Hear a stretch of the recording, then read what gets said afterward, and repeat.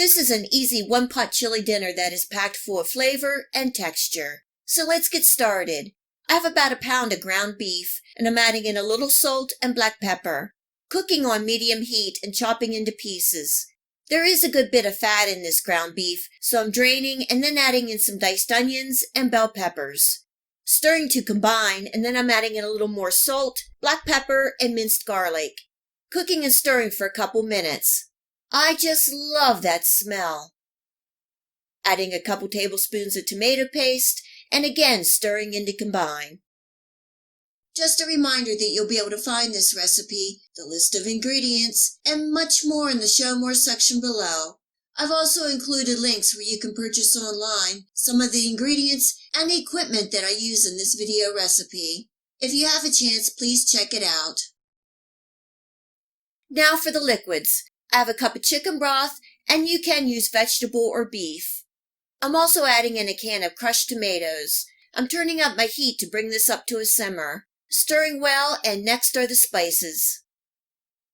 I'm adding in a pinch more of salt, oregano, smoked paprika, cumin, chili powder, and for the spicy, I'm adding in a tablespoon of chipotle adobo sauce. You can add in some chopped chipotle pepper, but I just have the sauce tonight. You could also use red pepper flakes or even some cayenne pepper for the spicy. You add the spicy that you like.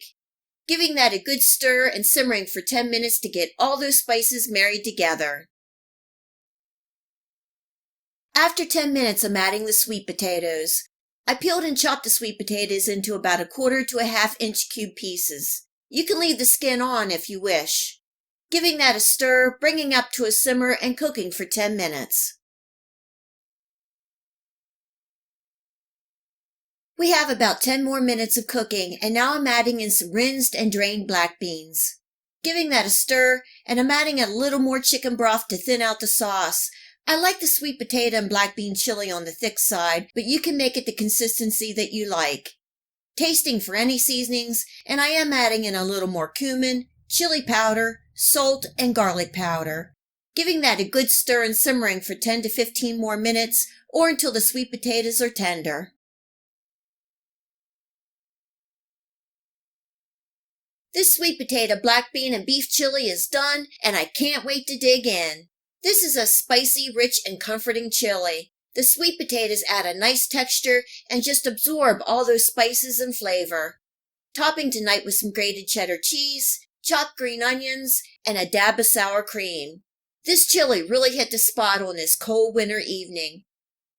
Hope you give this sweet potato, black bean, and beef chili a try, and enjoy.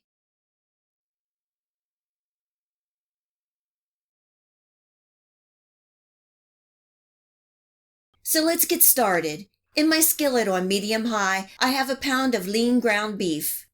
Chopping and spreading out, and I'm letting it cook for a minute so it will caramelize and form a brown crust. This adds a good amount of flavor. I'm not chopping the beef too much as I want there to be some nice-sized pieces. If you're using a fattier ground beef, you may want to drain off some of the excess fat. You want a good 3 to 4 tablespoons of fat on the bottom because next we are adding in the flour. I'm cooking and stirring for a minute or two to absorb all the flour and cook out that raw flour taste. Just a reminder that I will leave the recipe and the list of ingredients for this homemade hamburger gravy below this video. Also remember to like and subscribe if you enjoyed this video recipe and click the bell to make sure you receive notification of all my future video recipes. Next, I'm adding in some chicken broth, just a little at a time. You can use water or beef broth. As you can see, the gravy is starting to form. For the seasonings, I'm making it real simple, and I'm adding in a packet of onion soup mix. To make it creamier, I'm also adding in a can of cream of mushroom soup. With the onion soup mix and cream of mushroom soup, I didn't need to add any salt. I am adding a little black pepper. Giving that a good mix, bringing up to a simmer, cooking and stirring for 5 minutes. Give it a taste test for any seasonings. I'm also adding in a little Worcestershire sauce and a little more black pepper. For a pop of brightness, I'm adding in some frozen peas. Giving that another good stir to heat the peas through, and we are ready to eat. If you like the gravy a little thinner, you can add more broth or water. I'm serving the homemade hamburger gravy over biscuits. I've also served this over toast, waffles, potatoes, or rice. This is such an easy and quick go-to meal, a definite comfort food.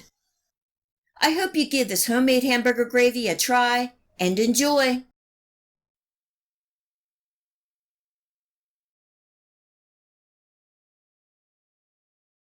This Southern stewed chicken dinner is loaded with Southern Cajun flavor. It does take time to make, but it is well worth it. You all know by now that bone-in chicken thighs are my preference. You want to use bone-in chicken for this recipe as the chicken will be stewed or cooked low and slow. The bone-in pieces hold up better in the cooking and add tons more flavor.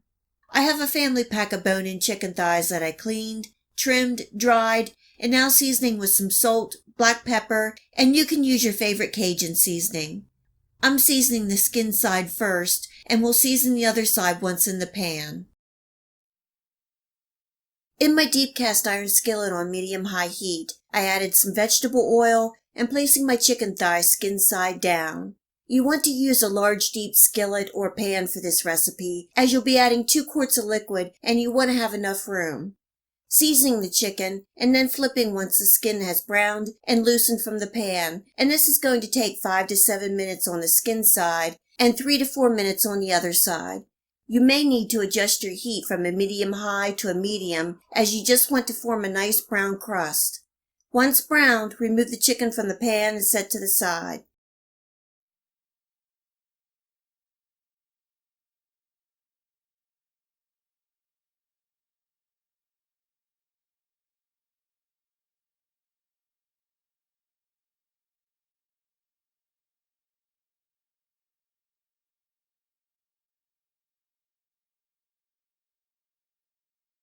I have about a half a cup of oil and chicken fat in the bottom of the pan along with all the chicken bits.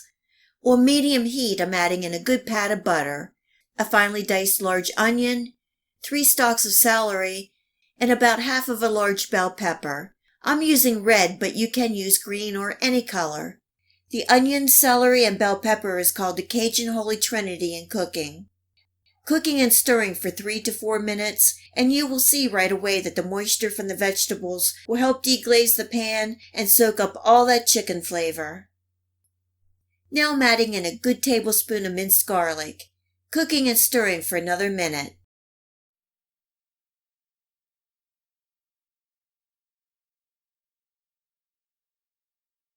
I still have my heat on a medium to low medium, and I'm adding in a half a cup of flour. This is going to make a roux and help thicken our stew. Cooking and stirring for 3 to 4 minutes. You want the fat to absorb all the flour. Keep stirring and scraping the bottom so nothing sticks or burns. You want to give the flour a good toasting to get rid of the raw flavor.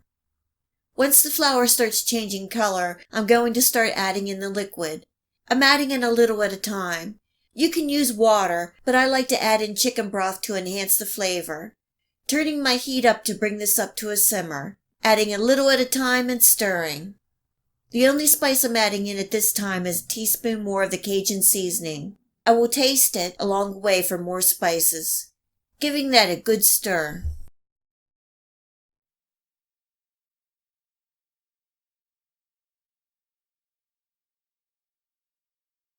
Now I'm placing all the chicken and the juices back into the pan, bringing this up to a simmer and cooking uncovered for an hour. Halfway through, I will give the chicken a flip and will occasionally stir to make sure nothing sticks. Just a reminder that you'll be able to find this recipe and the list of ingredients below this video. Also remember to like, share, and subscribe to my channel so you can receive notifications of my future video recipes.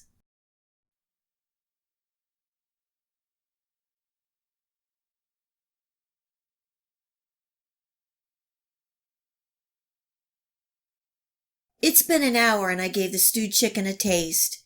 You can see the liquid is reduced some. I'm adding in a little garlic powder and a good dose of hot sauce. You can use your favorite brand and the amount that you like. I'm adding in a good tablespoon, but I like to have it on the table in case anybody wants to hot up their southern stewed chicken. Now is also a good time to skim any fat or impurities off the top. Simmering for another 30 minutes and it will be ready.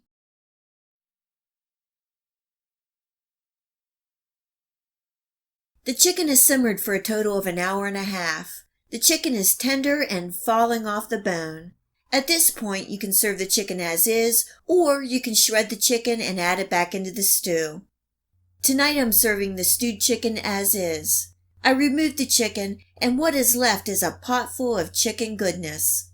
This consistency here is just fine, but I like it thicker like a gravy, so I'm adding in a cornstarch water slurry. This is a tablespoon, and I'm adding in about half, and I think that might be enough. Letting that simmer for a couple minutes and it will be ready.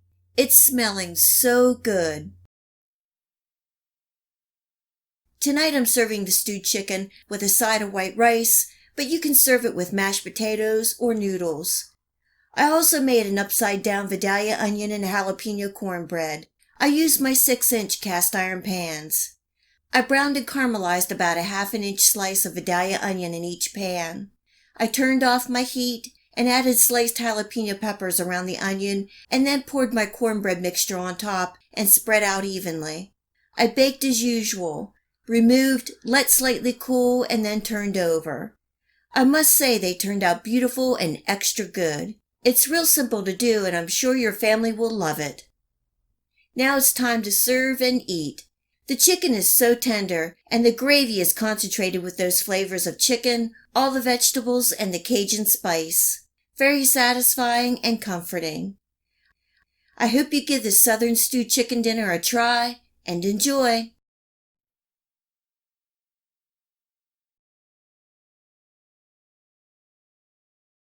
I call this a baked ravioli casserole, but I've also seen it called ravioli bake or ravioli lasagna. Whatever you call it, it is good. I'm starting by making my sauce. I'm using my meat sauce recipe for spaghetti. If you haven't seen that video recipe, I will leave a link here and in the show more section below. This is a great multi-purpose sauce for any kind of pasta, and it's also great on rice. You can make this baked ravioli casserole recipe real simple and use your favorite jarred sauce. And you can even use an Alfredo sauce, which is also really good. In making my meat sauce, I use ground beef and brown it off and chop it fine. I add diced onions, bell peppers, and mushrooms and cook and stir it for about 3 to 4 minutes, and then I add in some minced garlic and tomato paste. The tomato paste helps to keep the sauce thickened and not watery. I stir that in to combine, and then add in 1 28-ounce can each of tomato sauce and crushed tomatoes. For my seasonings, I use basil, oregano, and some Italian seasonings. And because I'm using this sauce in a casserole, I'm adding in a teaspoon of garlic powder and a dash more of black pepper, giving that a good stir and simmering for 30 to 45 minutes. Give it a taste test along the way for any additional seasonings that you may like. Just a reminder that I will leave the recipe and the list of ingredients for this baked ravioli casserole below this video. Also remember to like and subscribe if you enjoyed this video recipe and click the bell to make sure you receive notification of all my future video recipes. I have my oven preheating to 400 degrees Fahrenheit. It's time to assemble the ravioli casserole. I'm spreading a little of the sauce over the bottom to prevent sticking. You can use any raviolis that you like. These happen to be cheese raviolis, and I purchased 2 bags that were on sale. You can use any size, shape, or flavor of raviolis, and there seems to be a lot out there to choose from. This baked ravioli casserole also makes a great freezer bank meal. If you are making a homemade sauce, let the sauce cool to room temperature and then assemble the casserole using frozen raviolis. Wrap the casserole and label with the contents and baking instructions. Freeze for those busy days that you need a comforting meal. I'm just spreading out an even layer of the frozen raviolis and then covering with a layer of the sauce, some grated Parmesan cheese, and then a good layer of mozzarella cheese. I'm repeating the layers of raviolis, sauce, Parmesan cheese, and mozzarella cheese.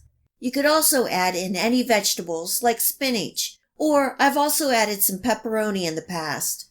This casserole is really flexible. I was able to get 3 layers of everything. The last layer should be the mozzarella cheese. This is going into a 400-degree Fahrenheit oven for 40 to 45 minutes. We really enjoy the brown cheesy crust, so I do not cover it. If you like more of a slightly brown crust, you should cover the casserole with foil for the first 30 minutes and then uncover and bake an additional 10 to 15 minutes.